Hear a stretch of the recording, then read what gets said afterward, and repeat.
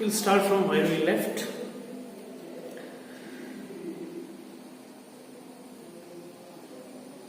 Hamel declared that the new master would come tomorrow.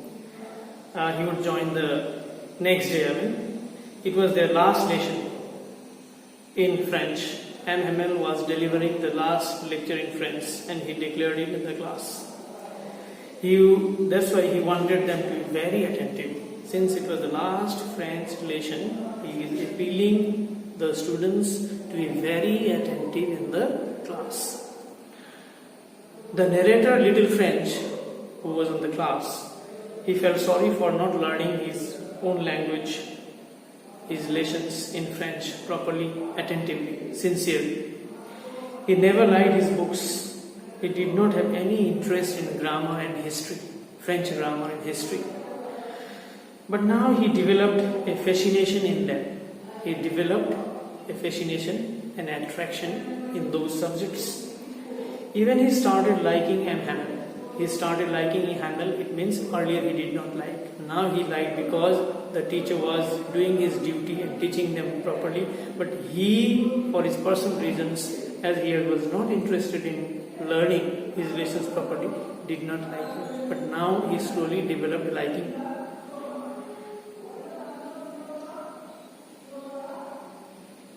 The idea that he would not teach them anymore, made French forget all about his ruler. The teacher Hamel used to have a ruler with him. He used to beat the students, or used to beat on the he rapped on his desk to control the students, to make them attentive, to punish them when they are too much in the class, not attentive, making noise, distracted, just to make them motivate them to attract attention towards him.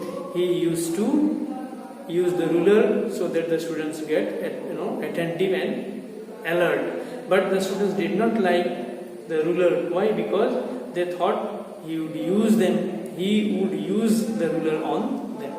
That was the reason for not liking the ruler. He even forgot how cranky his teacher was. He was very, cranky. He was very angry fellow. He was very, irritating, and very strict, robust, strong, having deep voice. Now it was his turn to recite. Now Hamel urged Little French to recite the participles till the table. When he was asked the participles, he was unable to recite it properly. He mixed. Now what is the rule of participles is like present tense, past tense, past participle. Now the first form of present go is go, second form is past tense is went, third form is gone. So go, went, gone, come, came, come, tell, told, sit, sat, make, made. Understood? Take, took, taken. These are the formulas, like how to turn a present form of a verb to past form of a verb and then to the past participle form. This is the turn of it was the turn of French to recite, but he could not. He mixed them. He made a lot of mistakes. Usually Hamel used to scold, but that day he would not. He asked Little French to be attentive, study sincerely and sit down. Hamel showed his concern that he blamed there were three sides were to be blamed. Three sides were to be blamed means the first, the parents who did not send them when they had war. They did not send their kids to school regularly. It was the first negligence of the French language on the part of the parents. Second was the students were, they were not ready to learn. They put off learning their own native language next time, for the following time. French was not only the exception, there were many others who were also guilty of on this count.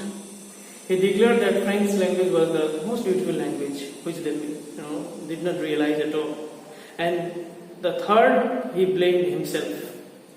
Because when he did not like to teach them, when he felt like not teaching them, he gave them holiday. He gave the students holidays, and whenever he felt like not coming to school, he used to go on fishing and tell the students to water his flower garden. So it was on the part of the Anne Hamel also, who was held responsible. The first responsible is the parents.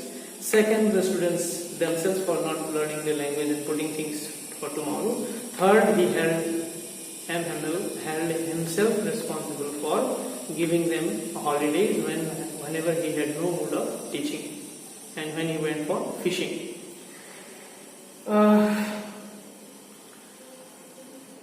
He declared that French language was the most beautiful language in the world. It was the clearest and the most logical languages.